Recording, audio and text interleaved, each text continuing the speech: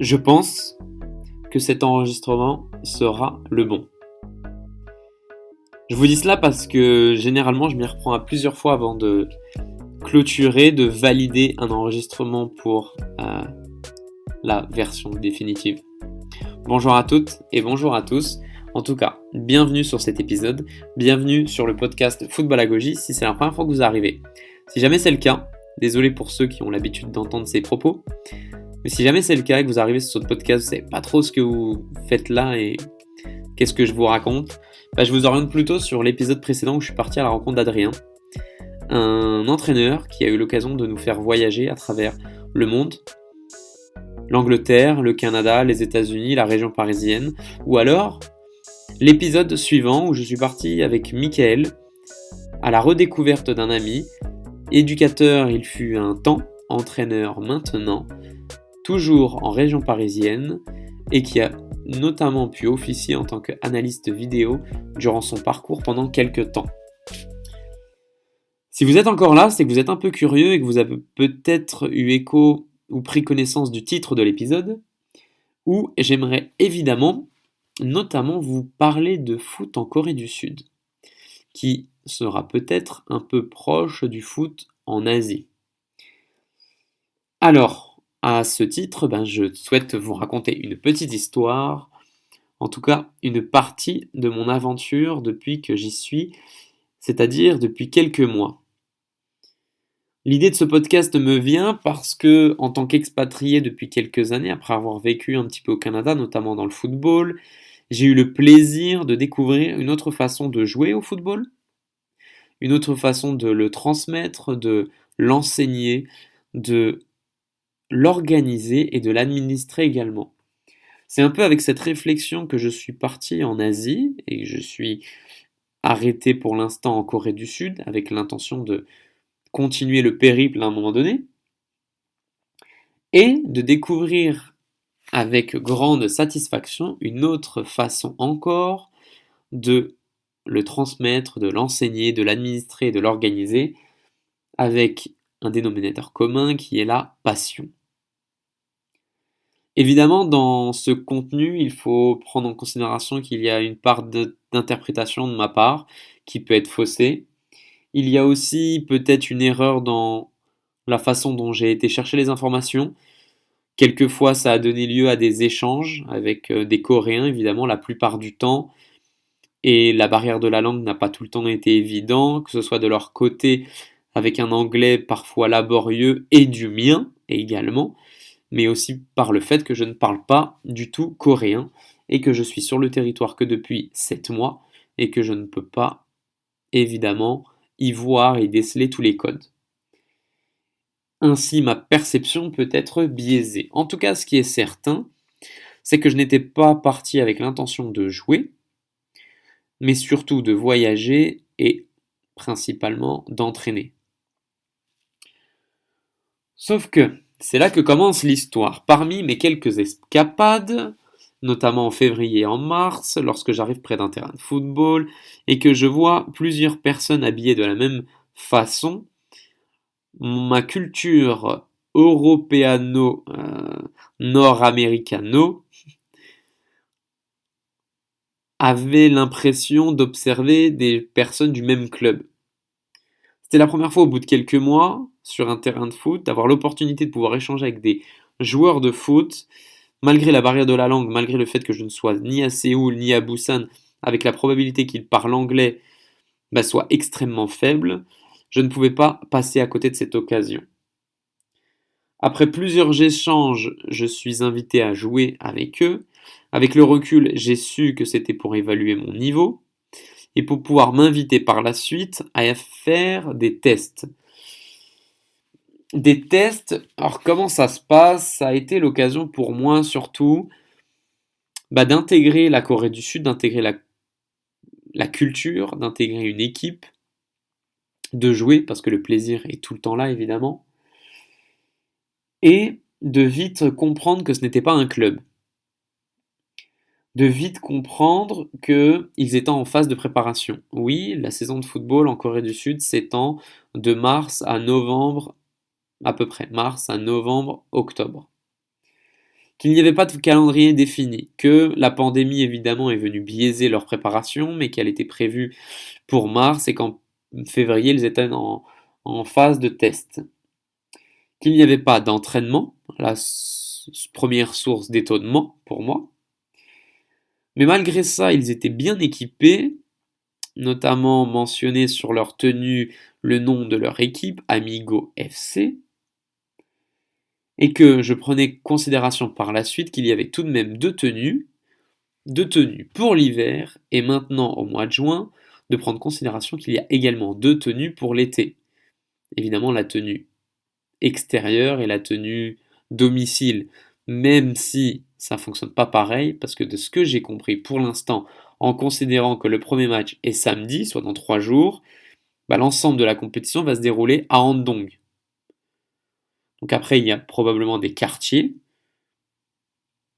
C'est difficile pour moi encore d'évaluer si on va être considéré comme extérieur au domicile. À voir dans un prochain épisode. Je tiens à remettre les choses dans leur contexte par rapport à mon recul, par rapport à l'étonnement de certaines choses que je vais vous évoquer par la suite et dont j'ai eu l'occasion de vous évoquer déjà en préambule de cet épisode.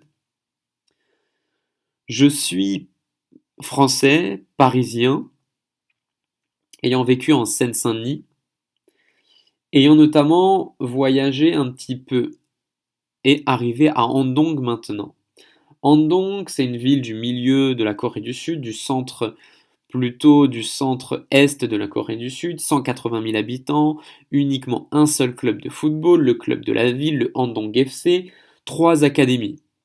Je remets encore une chose dans leur contexte par rapport à mon expérience et mon vécu personnel, ayant vécu à Gatineau, une ville du Canada, notamment du Québec, proche de la capitale Ottawa, 300 000 habitants, à peu près entre 4, 5, 6 clubs. Ça dépend des fusions, ça dépend des moments. À peu près, il me semble, plus ou moins autant d'académies. Je remets les choses dans leur contexte. Strasbourg, par exemple, 280 000 habitants, une vingtaine de clubs. Impossible pour moi de savoir combien il y a d'académies. Peut-être qu'un auditeur pourrait me le dire par la suite. Je remets ensuite les choses dans leur contexte par rapport à mon parcours, ayant été éducateur notamment en Seine-Saint-Denis, donc en Île-de-France, proche de Paris. 40 000 licenciés, le plus de licenciés en France, 236 km² seulement, 1 500 000 habitants, plus de 100 clubs. Voilà un peu mon expérience et l'étonnement par la suite de découvrir si peu de clubs de foot dans de si grandes villes.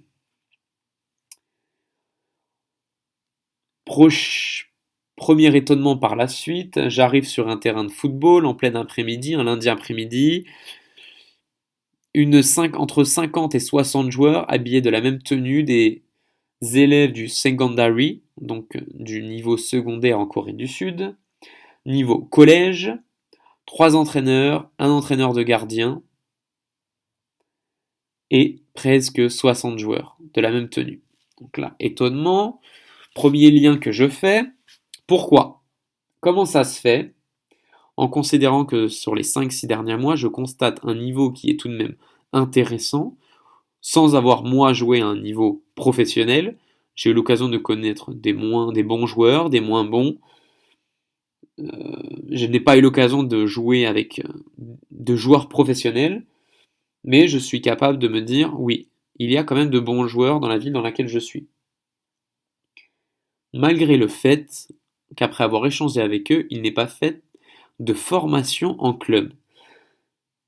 La plupart d'entre eux ont eu une formation à partir de l'école élémentaire où ils ont l'occasion d'avoir des classes adaptées et de faire à raison de quelques heures dans la semaine uniquement du football. Le projet prend forme à partir du secondary school et high school, donc collège, secondaire au Canada, collège en France, high school en Corée du Sud, lycée en France, je ne sais plus, au Canada, où, lorsque les Coréens arrivent dans ces établissements, ils ont un programme complètement adapté. Si j'ai bien compris, il y a même la probabilité, le matin, le midi et le soir, du faire de football et d'avoir peu, pour ne pas dire pas, de cours multidisciplinaires. Donc là, à prendre avec des pincettes, Premier étonnement, mais en tout cas, je suis capable de faire des comparaisons avec le Canada et les États-Unis, où il y a un vrai modèle de formation par rapport aux structures scolaires, ce qui se développe de plus en plus en France, et je reste avec des pincettes sans me positionner pour avoir quitté le système francophone depuis quelques années, et ce n'est pas le sujet que je souhaite aborder maintenant. Il m'est également mentionné que pendant les vacances scolaires, tous les jours, c'est football. Endurance le matin, football en fin de matinée, il y a quand même un moment de break, enchaîné d'une phase de football et puis une phase de musculation, de renforcement en fin de soirée. Ensuite, j'en viens à vous parler de l'université. Première chose, coût du parcours universitaire extrêmement élevé. Ensuite, les bourses sont extrêmement difficiles à obtenir, uniquement à la portée des très bons joueurs. Niveau très élevé. Les joueurs deviennent de plus en plus susceptibles de se blesser. Le niveau universitaire est proche de la K3, c'est-à-dire le troisième niveau de l'organisation du football en Corée du Sud, en considérant qu'il y a un fossé entre la K3 et la K2, entre le deuxième niveau et le troisième niveau. C'est ce qui m'a été mentionné par les joueurs. Très difficile de rejoindre la K2 quand on vient de K3, en considérant que le monde pro se résume à la K1 et K2, et que la K3 serait le premier niveau semi-professionnel.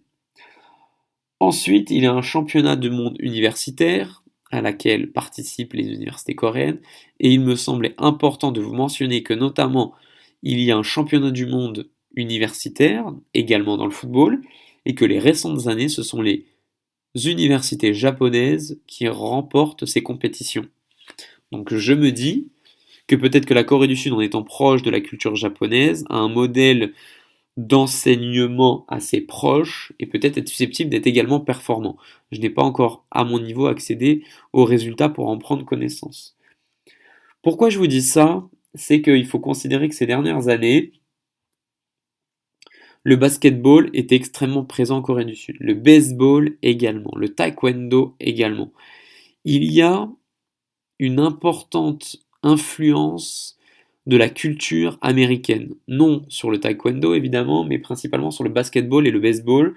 Et ça influence également sur le parcours et l'organisation scolaire en Corée du Sud, notamment par la présence des Américains après la guerre en Corée du Sud, qui a été amené à exposer la Corée du Nord face à la Corée du Sud, surtout au milieu du XXe siècle. Et la présence des Américains pour faire bloc au bloc soviétique a probablement influencé la culture coréenne. Bref, ce n'est pas le sujet. Après avoir eu toutes ces réflexions, après avoir eu toutes ces réponses, après avoir eu toutes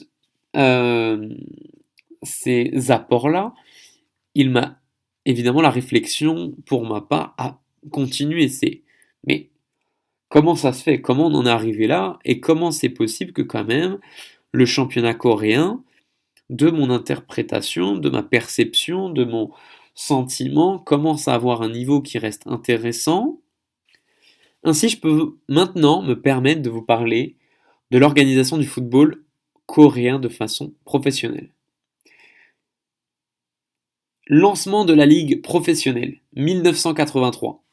Alors là, première surprise pour moi, de me dire qu'un pays aussi développé que la Corée du Sud a donné naissance à l'organisation officielle du football en 1983. Comme quoi, il y avait bien mieux à faire en Corée du Sud avant que de jouer au football. Donc, le football n'est vraiment pas le centre du monde. 1983, 16 clubs. 2013, 12 clubs. Apparition de la Division 2. Montée et relégation uniquement entre la D1 et la D2, avec un système de barrage. Il faut considérer, et je mettrai le lien dans la description, que la K7, K6, compétition à laquelle moi je vais probablement participer en ayant intégré cette équipe, ont été créés en 2018, 2019 et 2020 pour la K7. C'est vous dire, c'est vous dire comment l'organisation est assez récente. Et je vous oriente vraiment d'aller voir en description de l'épisode le lien que je mets. C'est un lien Wikipédia afin de prendre en considération que sur les 4, 5, 6 dernières années, chaque année, la Corée du Sud ajoute une nouvelle ligue, de nouvelles règles et de nouvelles compétitions. C'est assez surprenant pour le signaler. C'est vraiment un pays, comme dirait l'expression pali-pali, une culture du tout doit aller vite. En témoignent quelques exemples. Les clubs de la K3, donc troisième niveau de compétition, ont été créés entre 2003 et 2012. Autre fait marquant, les clubs de la K4, quatrième division, semi-professionnelle, vous me suivez toujours, ont été créés entre 2007 et 2018. Donc là, je continue ma recherche, je suis encore étonné, c'est surprenant pour moi. En France, on a des clubs qui ont 100 ans, même plus. On a des compétitions qui ont 100 ans, même plus. En Angleterre, on a des compétitions qui ont été créées, on a des clubs qui ont été créés en 1800. Enfin, on a des clubs. Le pays, dans sa culture footballistique, a des clubs qui ont été créés au 19e siècle. Donc là, je continue mes recherches. J'apprends qu'il y a un cloisonnement entre la D1, la D2 et le reste des compétitions. Je comprends que ce sont des grands conglomérats qui possèdent les clubs, donc de grands richissimes. Ils les appellent les chaebol, je pense que je le dis mal. Mais en gros, quand on prend connaissance des noms des clubs en Corée du Sud, on comprend un peu mieux. Ulsan, Ulsan Hyundai.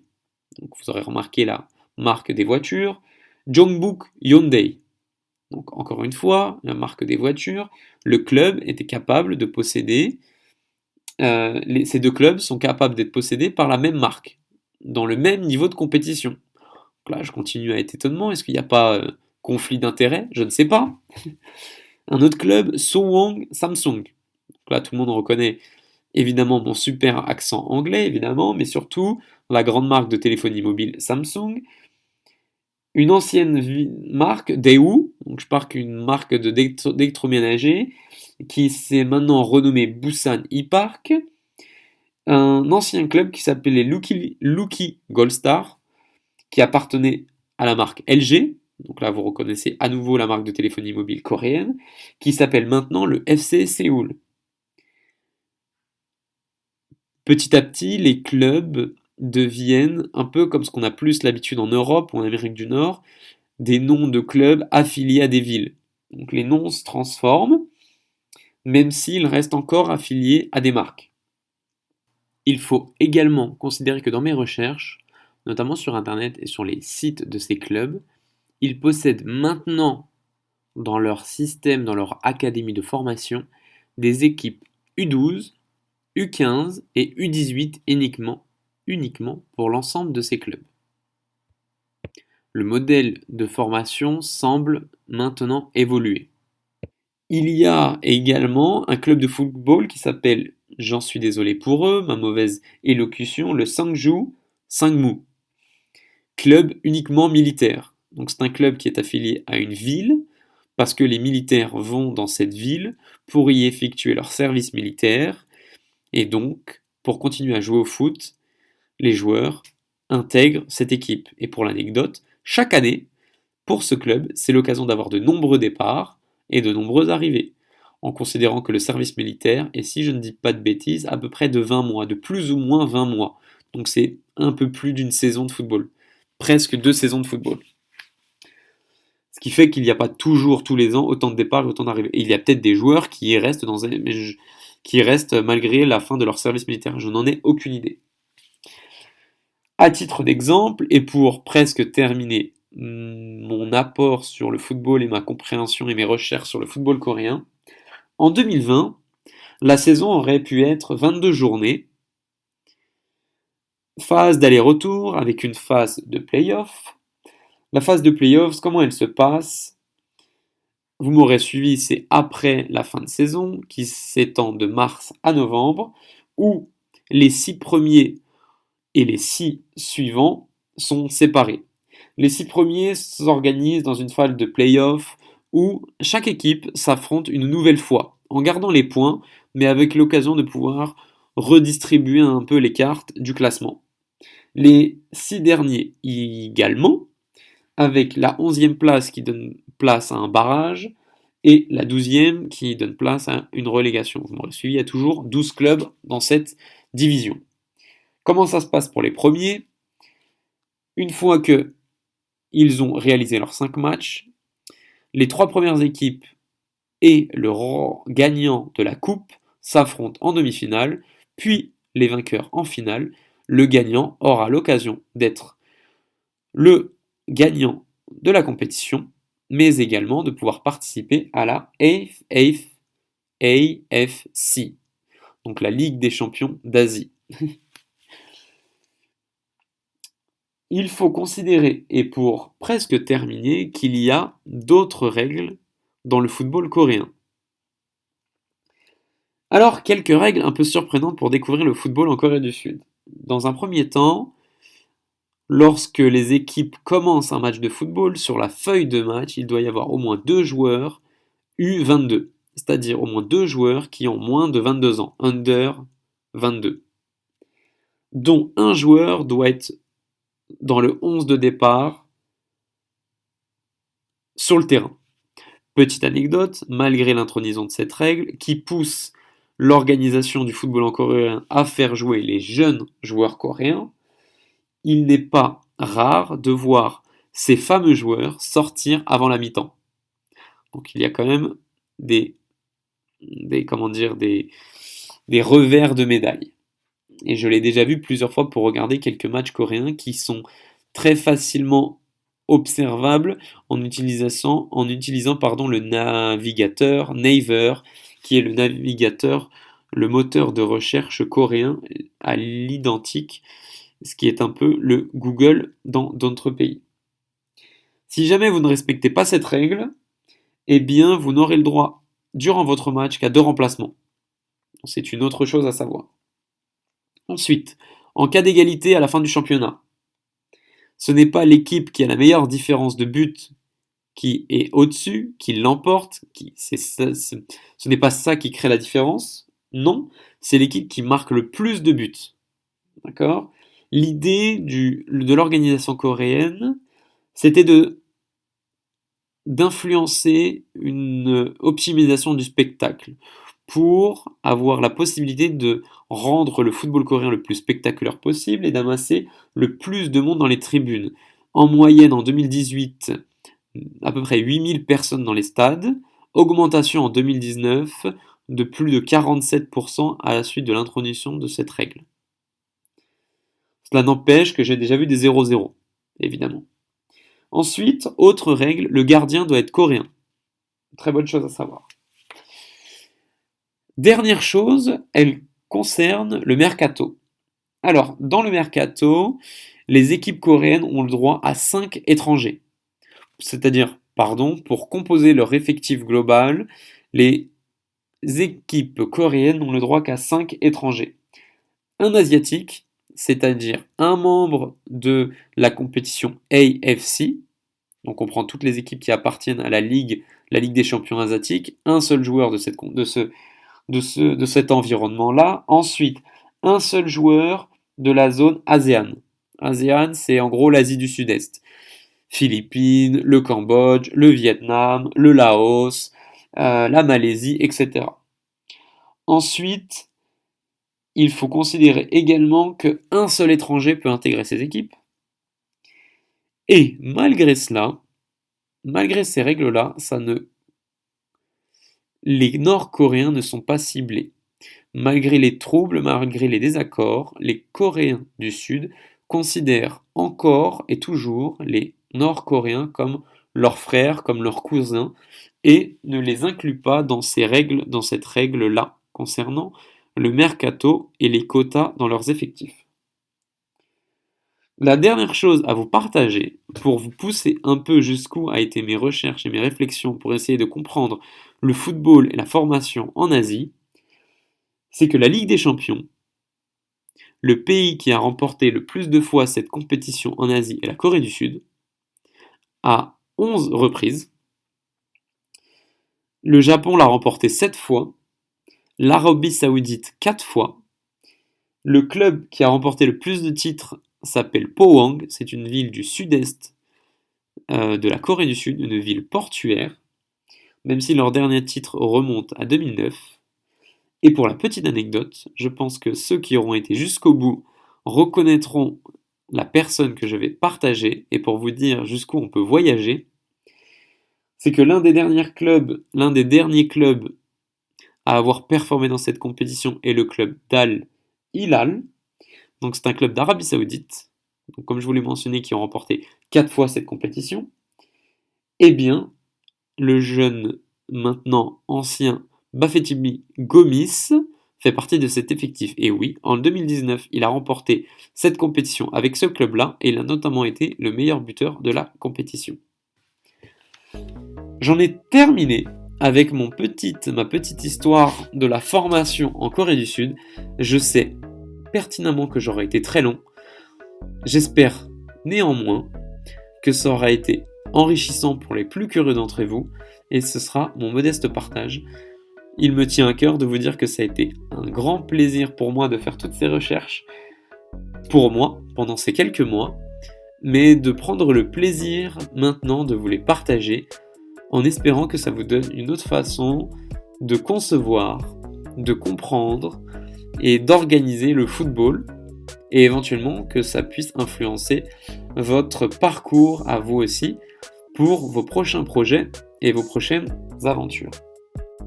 Après vous avoir dit cela, je vous donne rendez-vous dans le prochain épisode.